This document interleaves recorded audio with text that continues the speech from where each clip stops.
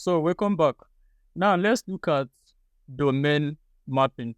So to better understand the underlying workings of both reverse DNS, configuring reverse DNS and also configuring domain mapping, let's go back to our voter account.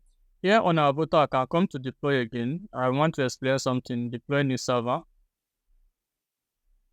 You call it to cloud compute just like we did before. Choose your server location anywhere. Come down our initial configuration, search see CyberPanel, let's choose CyberPanel. Then look at this particular storage architecture that has been pre-chosen for us.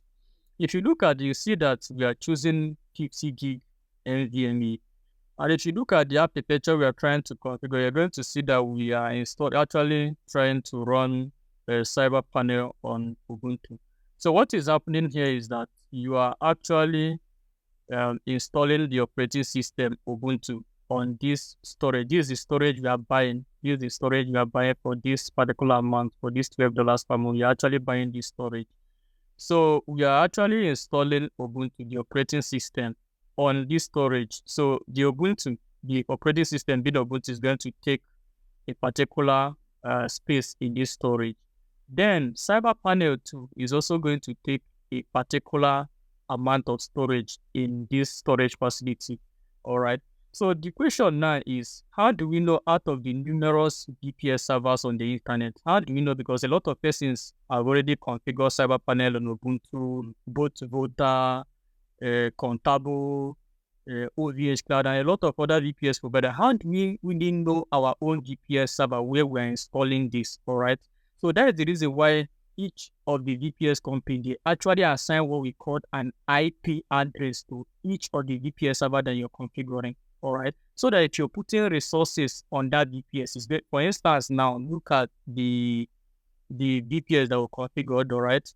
So they assigned this IP address so that it's going to be unique to this VPS that you're configuring. All right. So that any resources that you put inside that VPS, for instance, you uploaded mailways on that VPS or on CyberPanel. All right. So you're going to type the correct directory before you locate that, which is going to be the IP that they gave to you. That is going to be unique to that architecture that you're creating / anything that you're uploading on the server.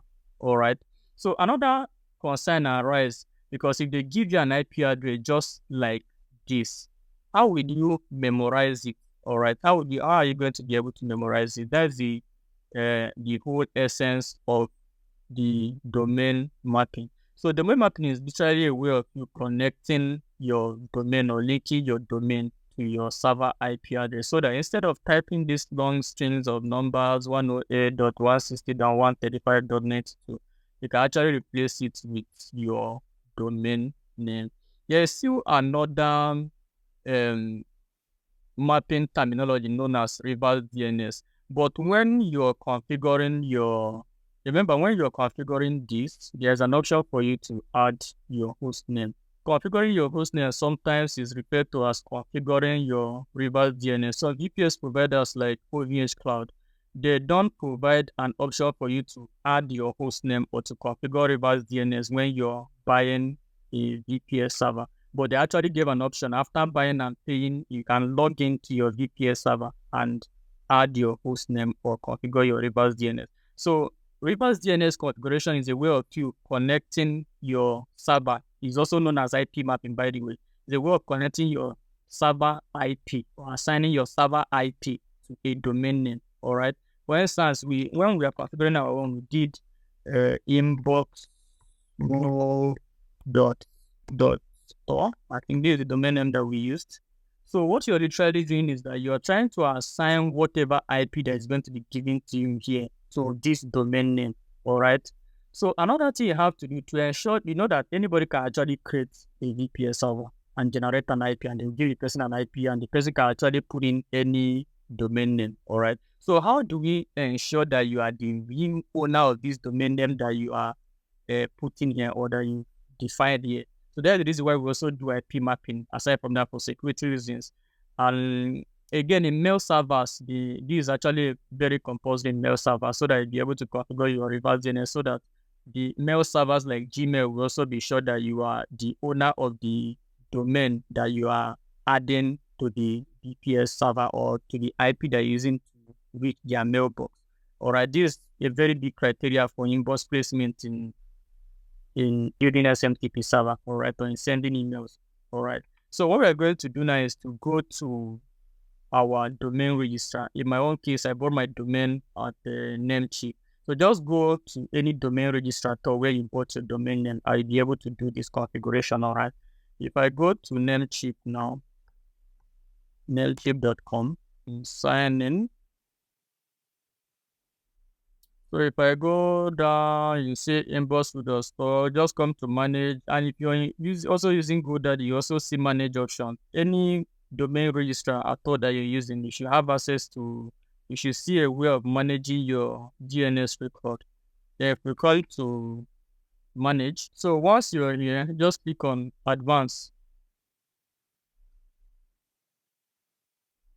Then come back to your voter account. And remember, if this is also the same way you're going to do it on Contabo, if you're working with Contabo, which I highly recommend, because if you go to voter, okay, one CPU, you're getting it at $12 per month. Then if you go to Contabo, you're going to be getting like 2 or even 4 CPU or like 3 CPU at just $6 or just $5.5. So it's actually very better for you to use Contabo in order to maintain a great performance. All right, but the processes are pretty much the same. So just come to your dashboard again. Let's see, so that I'll be able to copy my IP. Then view server details again. See my IP address. If once I just copy it, I can come to this place and click on add new record. Then choose a record at, you are pointing the root domain. You're now pointing your domain to this IP address to confirm. You are now verifying, you're confirming the reverse DNS that you defined when you were configuring your VPS. Yeah, you know that you define your reverse DNS or your hostname to be inbox.com or .store. Okay, .store. So you need to confirm or to map your domain name to the .store so that you can be able to use your domain name instead of this IP, and also for security reasons for mail servers. All right, that's the reason why you got to do this. Just click on save or change it. And another thing you need to note is that this can actually take time to propagate. All right, can take up to 24 hours to 48 hours, but in my experience, it's just like 1 hour, so sometimes 30 minutes. So it's going to take some time for this propagation to happen all across the internet, and you'll be able to access your CyberPanel using your domain name instead of using this IP address assigned to your VPS server. This is also very important, so that after installation of your mailways, you'll be able to also access your mailways through your domain name and not your IP address. So we're going to wait for like 5 minutes so that we can test out and see if we are going to be able to log into our CyberPanel with our domain name instead of the IP address. So now let's test and see if the propagation is complete. If we come to our web browser and type inbox, or maybe let me just copy and paste. I want us to test out something first before we access the default CyberPanel link. Once we do this, I see resources. There's no resources that could be located on this link. You know that the domain has really propagated, just that on the root of this website, you've not actually added anything. You've not added anything. If you go to CyberPanel, you've not created any website, you've not added anything to the root of the website. So you're going to be encountering this 404 error. Then if we put our normal default CyberPanel port code 1890 and click on enter, it should be able to take us to CyberPanel. All right. If you're getting confused, let's go back to Lightspeed out. Lightspeed server. you can see https://hostname, and our host name now is inboxfood.store, which is our domain name. So from this place, they are saying that you can access it using either your host name or your server IP address. Now that we've done our domain mapping, we can actually access our CyberPanel using our host name instead of our IP address. Hope that is clear. Yeah. So then just come to advanced, click on advanced again, proceed to inbox.store on save. So yeah, we are now at the default interface of CyberPanel.